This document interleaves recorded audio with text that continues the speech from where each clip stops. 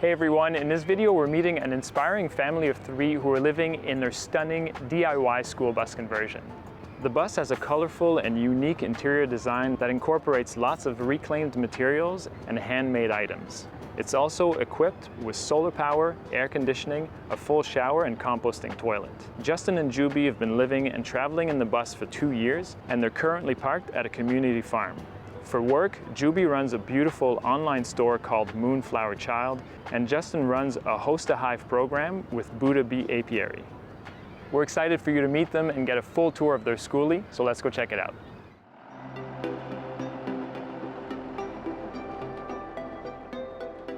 We self-converted a 33-foot-long school bus and now travel the country with our little daughter, having epic adventures and running our businesses from the road.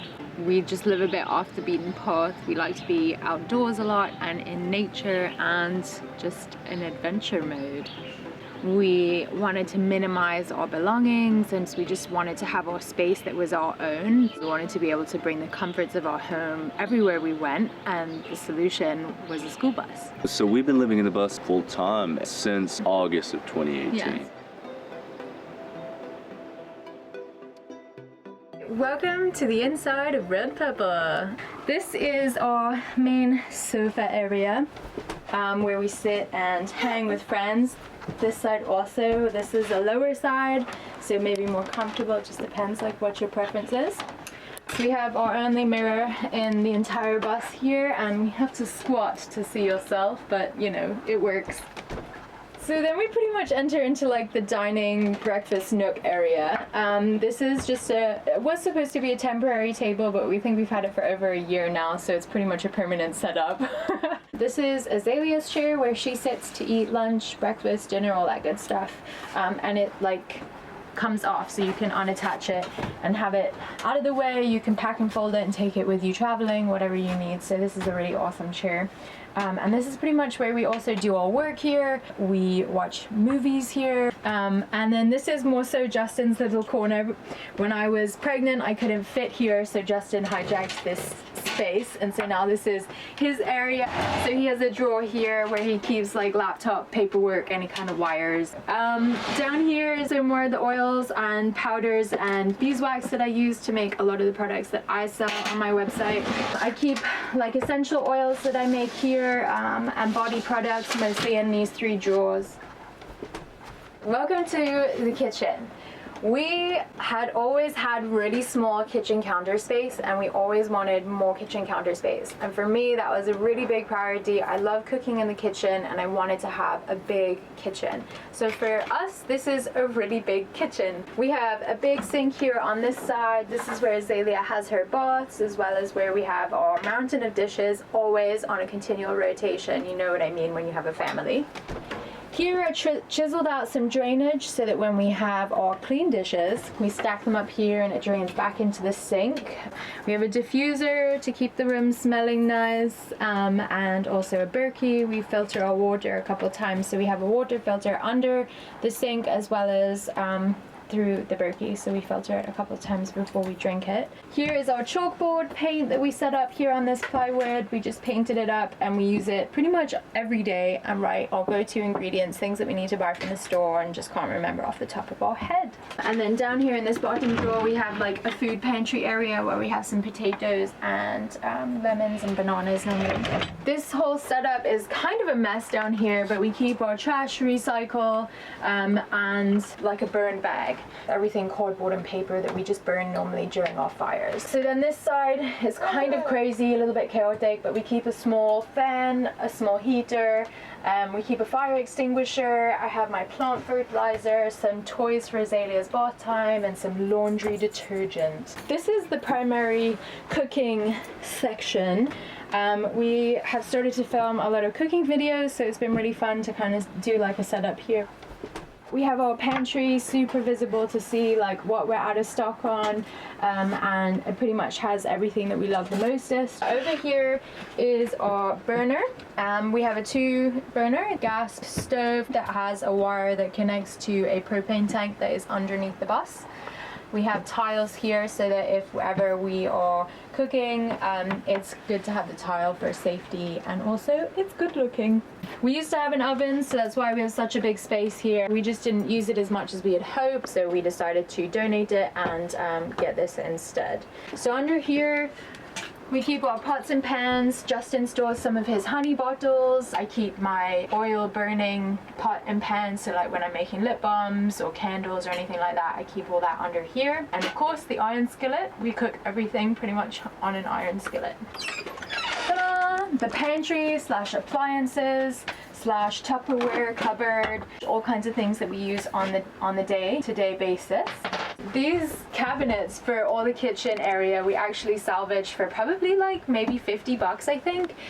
We found them at a reuse warehouse kind of place. So for this one we redid this entire front door, and then on this side we cut out the center panel and backed it with just plywood. And we had been dumpster diving in the back end of the reuse warehouse place and found all this scrap, like thin wood molding. Meanwhile, since we're sitting on the floor, let's talk about the flooring. We put a cork underlayment underneath the wood floor that we have. We wanted to keep the floor and ceiling as like tall as possible so that we can maximize the height. So we actually just bought some really thin wood from Home Depot, and we went with a light colored wood flooring so that we could kind of keep it feeling open and spacious. As we did with the floor, keeping things really thin, we did the same thing for the ceiling. We removed the metal sheeting off of the ceiling. We re-insulated with denim insulation, and then just put this like 1/4 inch plywood that has these kind of grooves running down to keep it feeling open again. We did a light stain and added some color to the ceiling instead of keeping everything white. This right here is a hook, one of two. The other hook is at the other end of the bus, and we hang our hammock up and we have chill out sessions, so it also extends the lounge area kind of a little into the kitchen. This is a Dometic air conditioner, which we have to be plugged into the grid to be able to use. It draws a lot of power. This is a fantastic fan that we also built up into the ceiling and framed out like this to keep with the maximal headroom. It works really well for the steam from the shower, as well as the steam and any type of cooking air that needs to be vented out. This is our fridge. So we've got a top freezer, a bottom fridge, and now that we've got our solar running properly, this thing works like a charm. We also have a fire detector here, as well as carbon monoxide detector, so that we can be extra safe, because that's always important. So we have a Nature's Head toilet that we just recently plumbed into our grey tank underneath the bus, so that has been a godsend. And right now we've been using the coconut core, although I think we've decided we prefer the peat moss. On this side over here we keep like all our toiletries. We have a hairbrush, we have mouthwash, we have, you know, tooth floss, makeup brushes, we've got some jewelry things, couple plants. So this is our shower that we normally break everything down, move everything out, and we shower here. It's huge, which was a priority, as well as needing to be a certain headspace because Justin's tall. We needed to have enough room to be able to stand upright without having to crunch down to shower. So we built this plant box here where we have our pothos growing, and we have this plexiglass sunroof, which is huge and adds an extra dome feature so we can have even more headroom. The tiles were all handmade by a friend of ours who's a potter. Everything drains out underneath where I'm standing through a drain that goes down into our grey tank. We move the curtain from the toilet room across to here, and we open also this curtain over here, and we just have these interior linings as waterproof fabric linings. Come to the bedroom. So this is where all three of us stay at night. This is the bedroom area.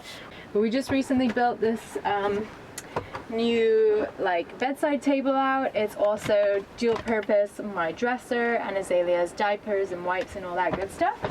Down here is Azalea's little library bookshelf. She gets to pick and choose what she wants to read whenever she wants to, so it's easily accessible for her to get at.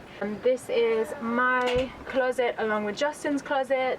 He keeps folded things here, and then this little basket here is for Azalea. This over here is Azalea's little bedroom. She's growing pretty fast, so we need to build an extension out. And behind that wall we have our electrical panel where we're able to access anything that's related to solar or electrical. We have a 1998 Bluebird TC2000, Cummins 5.9 liter engine, and she's a beast. We painted the entire bus red. Specifically red Peppa, which is where our bus's name came from. Man, the painting was a heck of a process.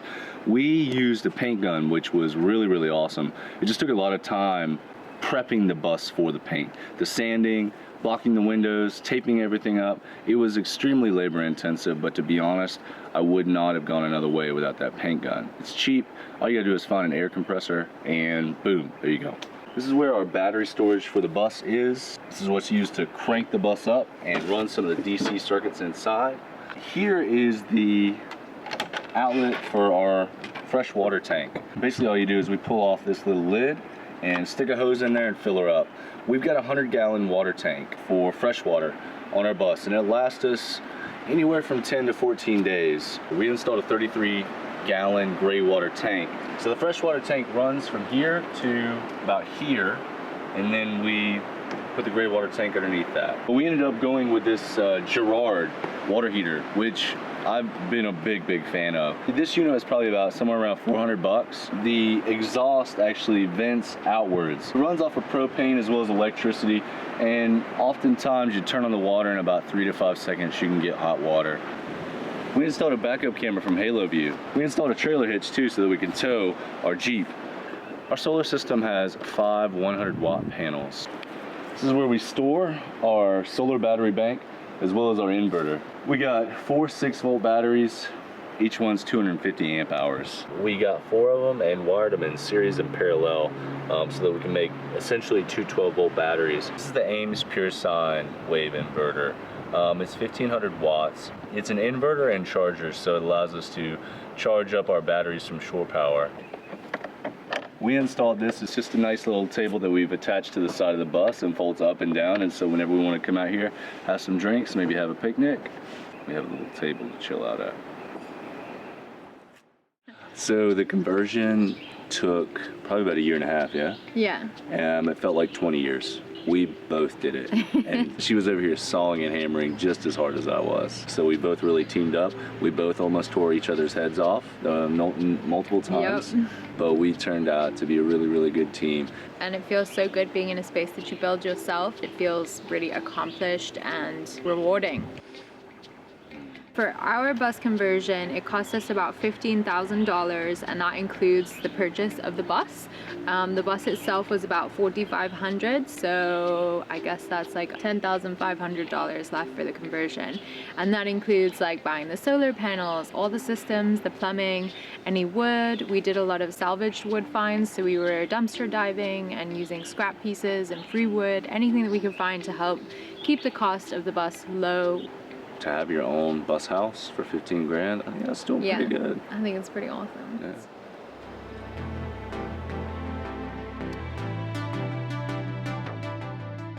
I own a company called Bee Apiary, which is based in North Carolina. What we do is we manage and maintain honeybee hives. We install those hives in folks' backyards so that people can have an opportunity to really experience the beauty of beekeeping and bees. What I do for work is run an online boutique. My business is called Moonflower Child, and what you'll find is a lot of self-care products, a lot of lifestyle products, clothing. We've got a YouTube channel, Justin and Juby, as well as Instagram and Patreon, and so that also contributes to supporting us while we're on the road. It's been really fun to share our story as well as like manifest and create this community of people who are both like-minded or aspiring to be on the road or just interested in like an alternative lifestyle and curious about, you know, learning about other people's ways of life.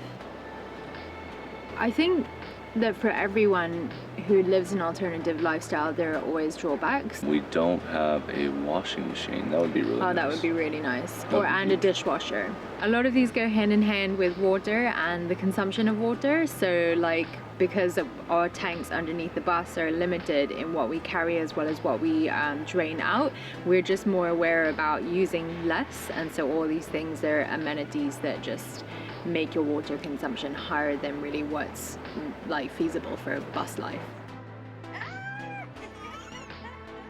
So living in a bus with Azalea has been both challenging but also like fulfilling at the same time. We don't know life any other way with Azalea than living in the bus because she was basically born into the bus. It's just hard to kind of baby-proof a little bit some things. So like she started to climb. She's very intense and is very she's very curious and likes to just scale everything. So she started climbing things, and she's always trying to open things, but because, you know, the bus is built for the road, generally there's latches on everything. She has been with us through pretty much all of our travels, and so I think that it's really gonna, I hope, have a positive impact on her upbringing. And above all else, the most important thing and most beneficial thing is being able to be there as Azalea grows up and not miss a beat.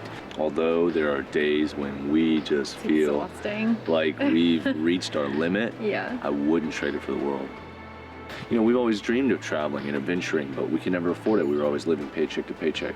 Now we found a way to do that where we own our home, we have minimal expenses, and we could just about at a drop of a hat say if we want to go somewhere, we let's can go. Yeah.